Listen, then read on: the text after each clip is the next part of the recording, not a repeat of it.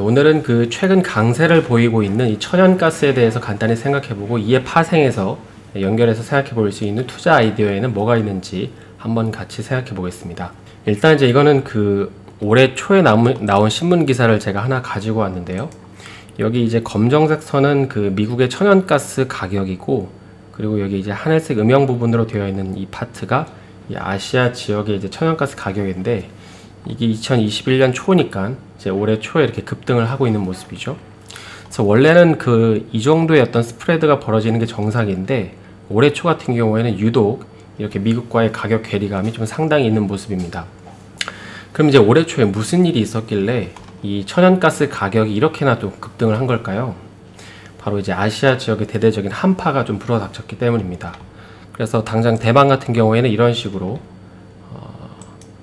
이 한파가 좀 불어닥치면서 심지어 추위 때문에 사람이 사망했다고 하죠. 근데 이제 일반적으로 우리가 아는 이 대만이라는 나라는 굉장히 습하고 더운 나라잖아요. 근데 이제 그런 나라에 한파가 불어닥쳐서 이제 사람이 사망을 하게 됩니다.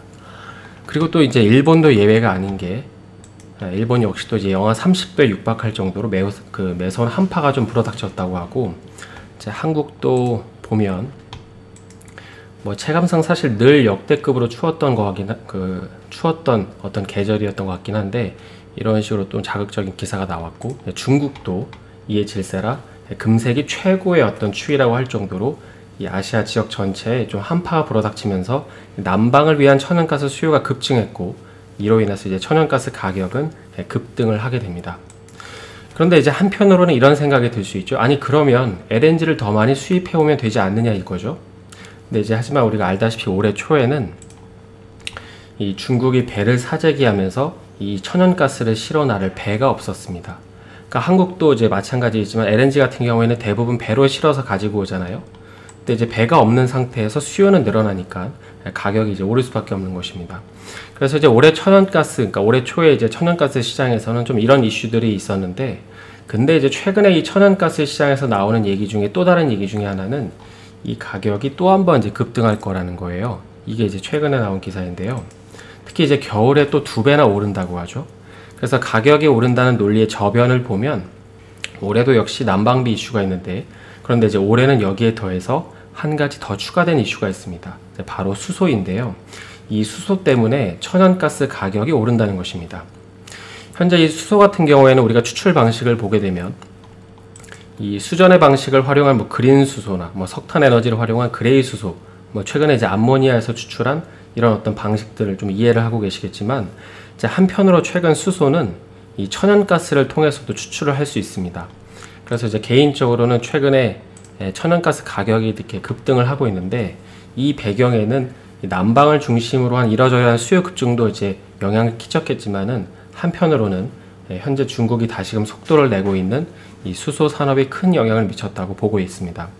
그래서 보시는 거는 이제 천연가스 선물 가격인데요. 여기 보시면은 이때가 한 8월, 한 이때까지가 8월 정도인데, 이제 8월 이후부터는 좀 급격하게 이제 상승을 하죠. 그럼 이제 이때 무슨 이슈가 있었던 걸까요? 이때 당시에 그 중국이 180조 원을 시작으로 이 수소 산업에 엄청나게 집중 투자를 한다는 발표를 이제 이 시점에 하기 시작합니다. 그러니까 이런 식으로 말이죠.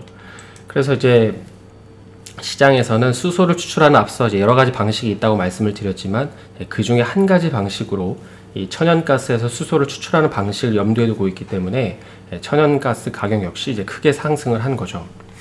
그럼 이제 또 여기서 질문이 하나 생길 수 있는 게, 아까 이제 아시아 지역 같은 경우에는 그 천연가스 부족 때문에 가격이 그렇게나 급등을 한 거잖아요. 그럼 저렇게 비싼 가격으로, 이렇게 이제 비싼 가격으로 가스를 사와서 수소를 추출하면 과연 수지 타산에 좀 맞을까요? 아니면 이제 중국 같은 경우에는 뭐 다른 나라들에 비해서 뭐 저렴하게 천연가스를 좀 조달받는 방법이라도 있는 걸까요? 뭐 우리가 사실 이제 해당 이슈에 대해서 정확하게 알 수는 없겠지만은, 그래도 한번 생각을 넓혀서 가정을 해본다면 좀 개인적으로 이제 이걸 믿고 하는 게 아닌가 싶긴 합니다. 일단 이제 현재 중국이 천연가스를 조달받는 루트를 보면, 이거는 이제 현재 중국이 조달을 받고 있는 천연가스인데, 그 중에서 이제 배로 실어 나르는 이 천연가스의 양이거든요. 그래서 현재 중국에다가 천연가스를 보내는 국가들을 보면 여기 호주, 뭐 카타르, 인도네시아, 그러니까 이 순으로 이제 수입을 하고 있습니다. 근데 지금 호주 같은 경우에는 뭐 올해 초에 호주가 이 코로나 바이러스라고 하지 않고 우한 폐렴이라고 했다가 서로 이제 무역 보복을 좀 하고 있는 상황이죠.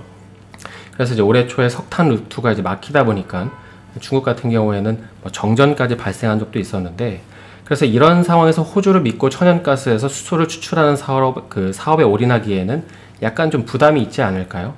그래서 아마 중국은 현재 이 방식을 믿고 하는 게 아닐까 싶긴 합니다. 바로 이제 파이프라인을 통해서 그 천연가스를 조달받는 것인데요. 그러니까 아까 살펴봤던 게 이제 배로 실어 나르는 거라면, 지금 보시는 거는 이제 배를 포함해서 모든 방법을 동원해서 이제 천연가스를 조달받는 이 방식이라고 생각을 하시면 됩니다. 근데 여기서 지금 한 가지 특징이 있는 거는, 아까 살펴본 지도에서는 이제 호주, 카타르, 인도네시아였는데, 여기에는 지금 보시는 것처럼 이 스탄이라는 국가가 있죠. 무려 이제 2등에 지금 포진해 있는데, 갑자기 이렇게 이 나라가 나오는 이유는 뭘까요? 바로 이제 선박이 아니라 이 파이프라인으로 이 LNG를 끌어오기 때문입니다. 그러니까 이런 어떤 방식을 통해서 말이죠. 그래서 이 파이프라인의 장점은 이 선박을 이용할 필요가 없다 보니까 이제 안정적으로 가스를 공급받을 수 있다는 게 있는데, 그래서 현재 중국 같은 경우에는 이런 방식으로 중앙아시아에서 안정적으로 천연가스를 조달받고 있습니다. 그리고 이제 그 대가로 중국의 1대1로 사업의 연장선상으로 국가 발전에 이제 도움을 주고 있는 것이죠. 그래서 이제 이런 이유 때문에 현재 중국은 좀 수소 산업에서 자신감을 내비치는 게 아닌가 싶긴 한데요. 뿐만 아니라 현재 중국 같은 경우에는 이 중앙아시아에서만 이제 이 천연가스를 조달받는 게 아니죠. 러시아에서도 심지어 이제 조달을 받고 있는데, 이제 러시아 같은 경우에는 최근에야 뭐 다시금 유럽이랑 연결하는 가스관이 뭐 성공적으로 연결이 됐지만, 사실 크림반도 이 사건 이후에 한동안 이 천연가스의 주 어떤 고객처였던 유럽의 구매량이 크게 줄어서 이제 걱정이었거든요. 이제 그걸 중국이 좀 해결을 해주는 거고, 중국 같은 경우도 사실 이 천연가스가 많이 필요했는데 미국에서 가져오기에는 리스크가 상당했기 때문입니다. 그래서 이제 서로 윈윈인 거죠. 그에 더해서 현재 또 중국은 이런 식으로 가장 최근에는 이 미얀마에서도 이제 천연가스를 받고 있기 때문에, 그러니까 이런 점들을 종합을 해보면, 만약에 중국이 천연가스로 수소를 추출하는 방식을 메인으로 삼고 플레이를 한다면 이제 해자가 생길 수밖에 없는 거죠. 규모의 경제를 실현할 수 있는 중요한 옵션이 하나 장착이 된 것입니다. 그럼 이제 이런 상황에서 만약에 중국이 안정적으로 천연가스를 조달받는다면 우리는 좀 어떤 산업들을 연결지어서 생각을 해볼 수 있을까요? 일단 이제 직관적으로 떠오르는 산업은 뭐 두산퓨얼셀이나 어떤 이 수소차를 영위하는 현대차처럼 이 수소를 중심으로 플레이하는 수소 산업들이 있을 텐데, 뭐 그게 이제 연료전지 사업일 수도 있고 뭐 수소 모빌리티일 수도 있겠지만은, 한편으로 이들 산업은 아직까지 조금 더 시간이 필요하다 보니까 시장이 커지는 걸 확인한 뒤에 진입을 해도 늦지 않다라는 게 개인적인 의견이긴 합니다. 그래서 이제 한편으로는 이 경동나비행 같은 어떤 가스보일러 사업을 하는 기업들이 조금 더 플레이를 하기에 좋아지지 않을까 하는 생각을 가지고 있는데요. 왜냐하면 현재 중국 같은 경우에는 몇 년 전에 석탄 보일러에서 이제 가스 보일러로 바뀌는 과정에서 한번 실패를 했는데, 이제 그 과정에서 현재는 다시금 이제 그 사업을 재추진하고 있는 상황이기 때문입니다. 근데 이제 당시 실패했던 이유를 생각해 보면, 아까 이제 서두에도 언급을 했지만 미국이 천연가스를 무기화했기 때문이거든요. 그러다 보니까는 이제 한번 사업이 바닥을 찍고 다시 이제 개화하는 상태에서 지금 이제 이 시점에 맞닥뜨리게 된 거죠.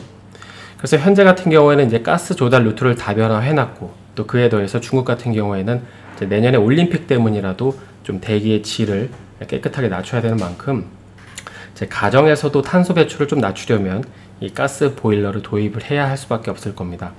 그래서 내가 만약에 이제 트레이딩이 아니라 투자라는 개념으로 접근을 한다면, 이제 가스 보일러처럼 이제 가스를 중심으로 하는 사업들에 좀 베팅을 해볼 수 있다는 것이죠. 그리고 특히 중국 같은 경우에는 최근에 이제 GDP도 좀 올라가면서 이 삶의 질을 높이려고 하는데, 근데 이제 그 방식에는 주거의 질도 높이는 게 이제 포함이 되어 있습니다. 그러니까 예를 들어서 집은 아파트인데 뭐 석탄 보일러를 뗀다? 그러니까 이런 건 약간 말이 안 되는 거죠. 당연히 이제 가스 보일러를 사용해야 할 겁니다. 그래서 이제 이런 저변에 이런 논리를 깔아놓고 시장이 내 가설대로 움직이는지 한번 확인을 해보는 것이죠. 물론 이제 경동나비행 같은 경우에는 뭐 미국이나 러시아의 온수기 사업도 커지고 있어서 이제 이런 부분들도 같이 봐야겠지만은, 이에 못지않게 이제 중국 시장도 굉장히 중요하기 때문에, 만약에 이제 미국과 중국에서 커지는 가운데 이제 국내 주택 건설이 활발하게 이루어지면 이런 어떤 신축 물량들의 이제 보일러도 같이 들어갈 거잖아요. 그래서 올라운드 플레이어가 될 수 있지 않을까, 이런 생각을 좀 갖고 있긴 합니다. 그래서 오늘은 그 천연가스 가격 상승을 통해서 생각해 볼 수 있는 투자 아이디어를 간단히 생각해 봤는데요. 남은 하루 마감 잘하시고 저는 내일 다시 인사드리겠습니다. 오늘 영상이 도움이 되셨다면 좋아요와 구독 부탁드립니다.